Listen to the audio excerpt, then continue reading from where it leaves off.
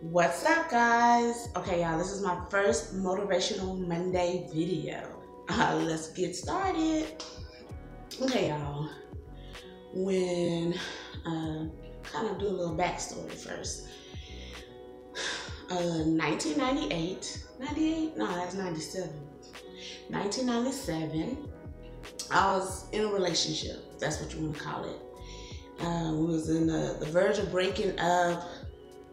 It wasn't a good time at all, but I thought I could make it better with this particular person. So he agreed that we could meet face to face because he lived in a different state. And I was convinced, like, you know, this is meant to be, you know, the whole shabam and shazam, right? And like, if I saw him face to face, it can happen, you know, whatever. No, it didn't. So I see him face to face. He got the worst attitude ever, as if like, why are you here, Trick? And I'm just like, yo, you know, I'll cut for you. I love you. So I thought, and so, you know, all the whatever.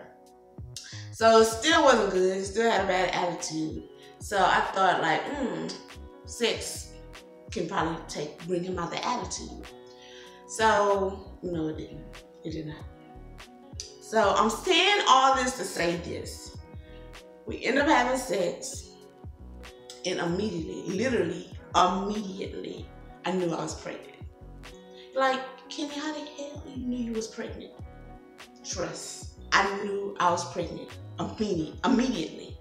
Now, this was not our first time doing it. It was like umpteen 100 million times. So I never had that feeling before, but this time I knew I was pregnant. Did not share it with him, did not share it with anybody, because I was thinking myself was kind of crazy.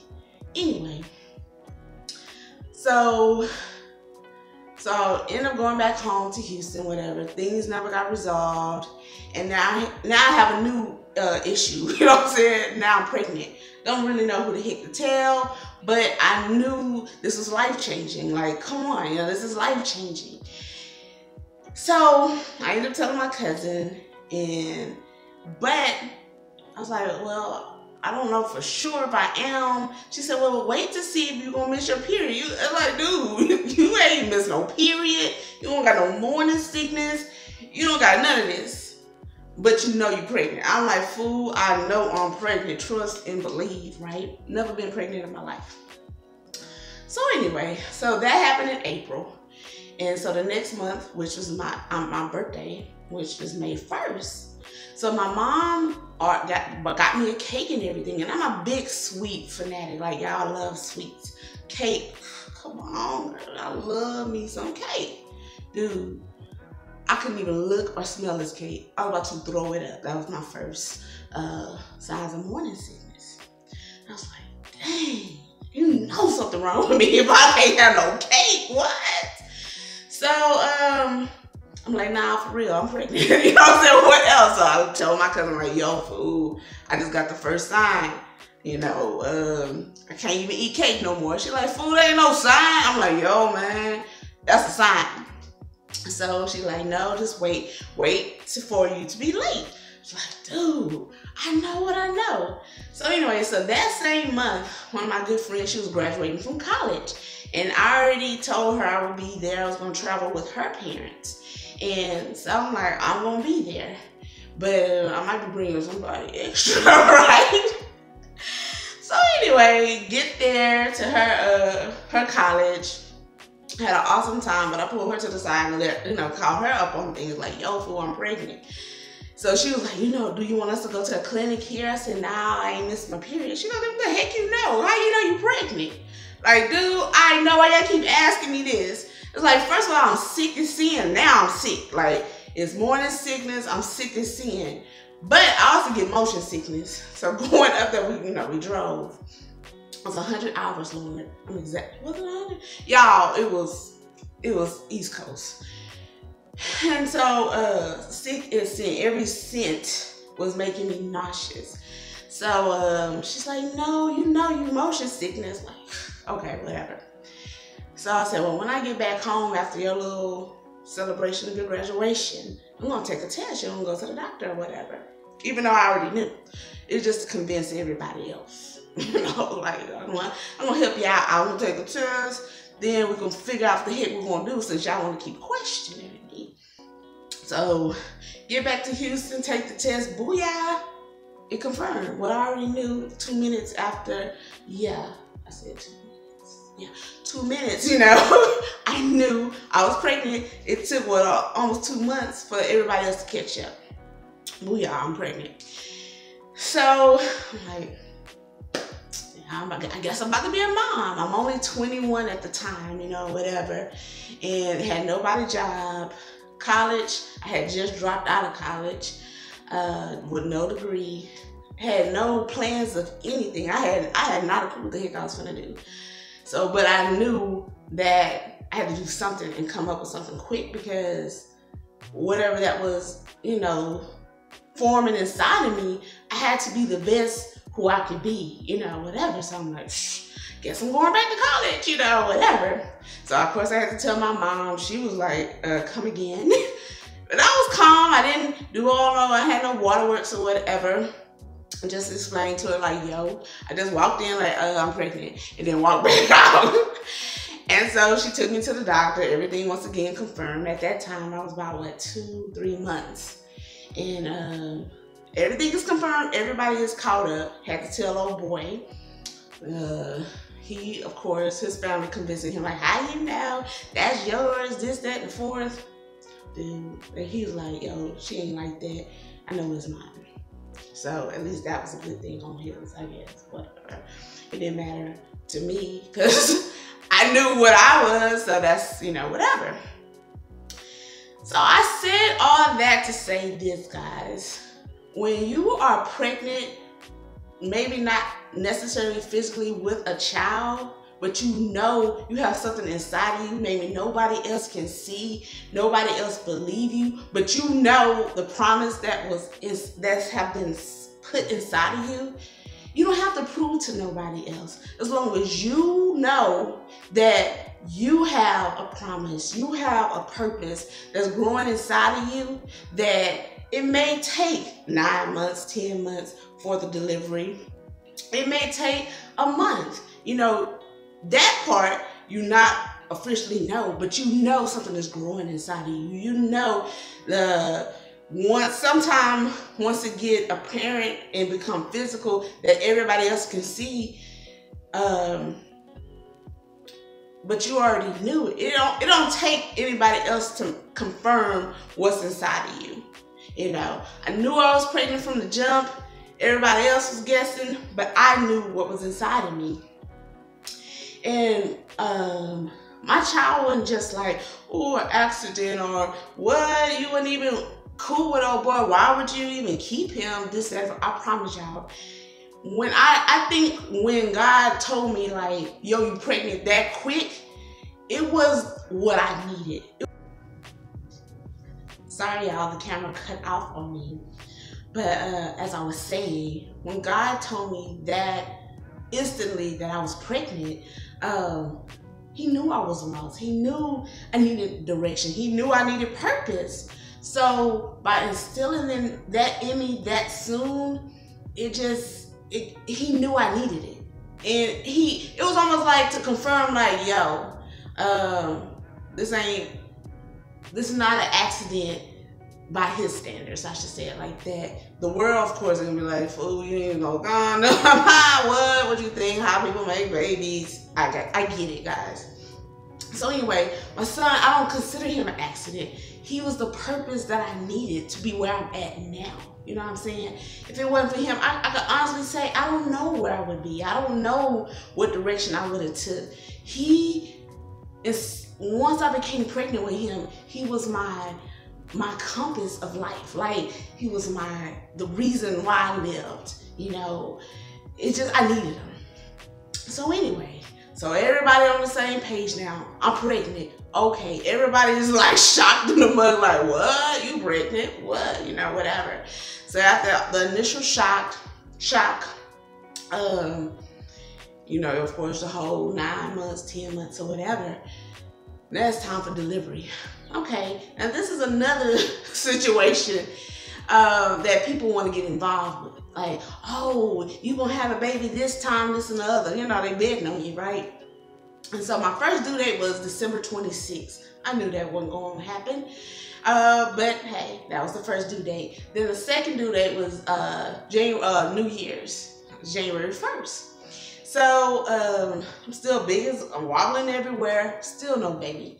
So I had an appointment on January 6th, and it was just you know, a checkup. You gotta, once you're pregnant, you get closer you are to your so-called due date or to deliver, you have checkups very frequently just to make sure all is going right. So my OBGYN was a quack, y'all. This was my first experience, period, having a gynecologist experience. Ladies, y'all know what I'm talking about. All this was new to me. I didn't know how to pick no doctor. I mean, of course, you know, I'm on, what I was on? Medicaid. So you get who you get, basically, almost. So I just went with this chick. And so then she was thrown. Why I say, Ken, why was she thrown? She thrown because she asked me, I think I was about 7 months. She was like pushing on my stomach and was like, where's your uterus?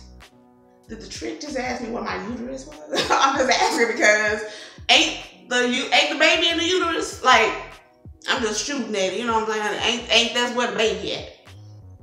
So that showed me, like, Lord, I don't know what you're about to do. This woman's scaring me. So God, once again, God stepped in. God is good. She ended up having foot surgery, so I had to get a different doctor to deliver in Kevin, my baby. God is good. So, okay, now we on this routine checkup, January 6th. And I meet the new doctor. I love him. Like, why wouldn't you hear my whole pregnancy? You know what I'm saying? He checked me out. All is going good. I'm dilating properly. I think at the time I was 3 centimeters. All was good. He said, well, everything is working how it's supposed to work. So you could just go home till, you know, he's ready to come. Bet. So my doctor, she's just had her foot surgery, but she was in the office, and her office is across the street from the hospital. She said, well, I still want to see you because you've been pregnant too long. It is time for you to deliver. Who the heck are you to say when it's time for me to deliver? Okay? This doctor just said I'm good, and then your little no knowledge of knowing the uterus, but is telling me that I'm pregnant too long. So once again, I don't know. So I don't know what this trick about to do. So I waddle more, go across the street. She so-called examines me, and to this day, I don't know what she used, but she used some stick or item to pop my water bag. Yes, she did. And then send me across the street dripping. She's like, no, you're pregnant too long, and he's too big. Yes, I can't even make it up. So I walk across the street and they like, what happened? I'm like, my water broke. If they knew what she did, I don't know what she did. They had to hook me up with a room because now I'm about to have a baby. I'm about to have a baby. Like, what? What's about to happen? You know, I'm not ready mentally. I'm not ready. But hey, this trick decided she want to play God and go ahead and do that, right? So they prep me, this, that, and forth. Contractions start coming. I think I'm chill. You know, like, I can handle this. What? I can handle this. Yeah. So the first, I'll say an hour or so, it was good. I didn't request any medicine, even though I did tell them when it's time I need that epidural though. I wasn't playing with that one. But doing a little, contractions and mild contractions, I was good. And that's kind of like how your purpose is, other than having childbirth, going through childbirth, I should say. First, when you are impregnated with your purpose, your promise, it seems so like awesome, like, oh, I can do this. Yeah, you get a little bumpy roads here and there, but it's doable. Let's go ahead and do this, right? Okay. So then, is the lady next door. Her monitor was in my room because we have the same doctor. So it's like basically who finna go first type of thing. So you can see her contractions was already popping. Like she was getting them hardcore ones. And so my mom and my friend at the time looking at her like, oh, you ain't even got to her level yet. So I'm like, why would you want to tell me how bad it's going to get. Let me live my life and go down my journey. I don't want to hear about, oh girl, right? I don't need that extra stress in my life, right? Yeah, I know how people get sometimes. So anyway, they start kicking in, okay? The contractions start kicking in. So I said, oh, little lady, yeah, I'm going to need to go and get that Demerol in my life. Thanks. Got that Demerol in my life. Now, I didn't know Demerol make you sleepy. So then I got kind of mad because I don't want to be asleep. I want to be wide awoke. I want to be awake. I need to know because you're not going to kidnap my child, okay? I'm just saying it. I'm paranoid, guys. I'm paranoid. So the Demerol had me knocked out, like in between contractions. The contractions would wake me up and then I'd go knock back out. So that went on for 14 hours. So now let's go back to that quack doctor. Now she did get one thing right. She said you're too small down there, meaning my pelvic muscles or whatever you call it, bones, whatever, are too small. She said you're not gonna have this baby vaginally. You're gonna have to have a C-section. I said the devil is a liar, and I will be having this baby through my vagina, okay, or just whatever. Yeah, I started doing squats when this chick told me that. I was doing everything like, nah, we're gonna open it up. Yeah, I know that's physically not possible, but anyway, I was trying. So after 14 hours and it wasn't happening, I was like, you know what, y'all need to go and cut me. And that's how any other promise and anything that you're pregnant with other than a child is. You think God's gonna deliver it one way, the safe way, the normal way that everybody wanna do way, and God be like, nah, that's not how I'm gonna deliver you. That's not how I'm delivering your promise. Like, nah, God, that's how I'm gonna do it though. You're like, no, we're not. I'm like, but, like, come on, why? That's the easiest way. He's like, no, it might appear to be the easiest way, but for you and your child, that's not the safest way. I got you. Don't worry about it. So 14 hours, you know what, God? Let's do it. Cut me open. I'm tired, y'all. I need my promise out of me. I need my purpose out of me, right? And so I had to have an emergency C-section. So I get wheeled in, you know, feeling the tug, and finally my purpose, my child is here, right? I didn't hear him cry like, yo, man, is he alive? Like, what's going on? And they're like, yeah. And I still to this day don't remember him crying. All I remember, I think, them like raising him up. He's just all bloody, and that's it. They didn't do like, you know how they show in the movies, like bring him to each other, like, oh, my baby. They didn't do any of that. So they wish him, you know, take him off or whatever, make sure he's all good and all that. And so then you get, you know, wheeled back to your room. Now your promise have been delivered. Your purpose have been delivered. Now what? Like, well, now what? Like, I was tripping. Like, I'm a mama? Like, I'm somebody's mama. Like, well, when did this happen? You know what I'm saying? It kind of freaked me out. You know, and it wasn't like rainbows and butterflies and that, oh, where's my child now? I was so nervous. Like, oh, you know what? I really ain't ready. I ain't prepared. What are we talking about? And that's how we get with other, like, purposes and promises in our life. Once God do deliver it, then we get scared. Cause we're like, nah, I don't really think I'm not prepared. Like, really? God, you know what? Let's try something else. You're like, no, this is it. This is it. You're responsible for making this purpose take it to the next level. Okay. Yeah, I was so scared. And I thank God to this day, still thanking God for my mom and all my relatives. It's just the best support system that I can even dream of. Like, dude. And it gave me the confidence that I needed. And, but once your purpose is delivered, once my son was here and I could touch him, I could hold him, I could love him, he's there, you know, I could actually touch him physically, you know. It's like, okay, now you're responsible for taking your purpose, your promise to the next level. And you got to grow with your purpose. If you stay stagnant, your purpose is going to be jacked up, okay? You're going to be jacked up. So you got to continue to grow. This ain't it never stops. Growth never stops. Never, okay? And now my son is 20, praise be to God. He's in college, God is good. And my growth has not stopped yet. You know, thank God for him, because he makes me want to do better. He makes me want, he gave me a purpose, you know. Oh, I could start my own business. Oh, what? I could buy my own house. What? None of that was even in my thought process. But I want to be the best I can be for him. And even throughout my whole pregnancy with him, while my promise and my purpose was developing, which of course is my child, I prayed like nobody business. Anything I saw on TV that dealing with any form of disease or whatever, I'm like, oh, hold on, y'all, I gotta go pray.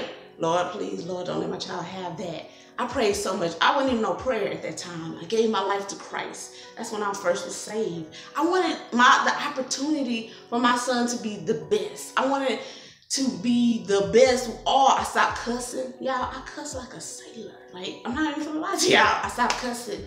I went to church. I got saved. I went, it just anything that I could do to the ultimate to make sure my purpose, my promise was gonna be at the level, have a good starting place. I did it.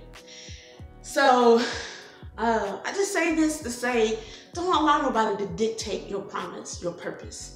Whether it's an actual physical child, or it's that business you want to start, it's that house you want to purchase. If God put that inside of you, it ain't nobody else to say, oh girl, that ain't gonna happen. You on welfare. Oh girl, that ain't gonna happen. You never went to college. Oh girl, that ain't gonna happen. What? You tripping. No, don't let nobody dictate. If you know it's inside of you, feed it. Allow it to grow. Keep your focus on your promise, and don't give up. Don't let nobody dictate it. Not only that, so once they see that you're like, oh, okay, I see it now. I see that she put a down payment on that building to get her store started. So now physically they can see it. But don't allow nobody to push you or deliver your promise when you're not ready. Don't allow them to be like, oh, well, you need to do this. Oh, no, but first you didn't even think I had a promise. You didn't even know I had a purpose. Now you want to tell me when to deliver it? You still allow God to deliver it. Deliver it on his timing. Because if it comes out too early, you don't know. Now you have a new problem. You know, and that promise might not survive. It might have to be on, medications, and you got to get loans and stuff that wasn't part of the plan, because what? You listened to somebody else and delivered it too fast. So stay focused on your purpose, your promise, and your pregnancy of whatever God is ready to deliver in your life. So that's it, guys. I hope y'all enjoyed this video, and I would love to know any purpose, promises, or anything that you feel like is developing in you right now, or have developed in you and been delivered. Share it in the comments. I would love to hear it, and any feedback. And just let me know if y'all like these videos. So till next Monday, see you guys. Deuces.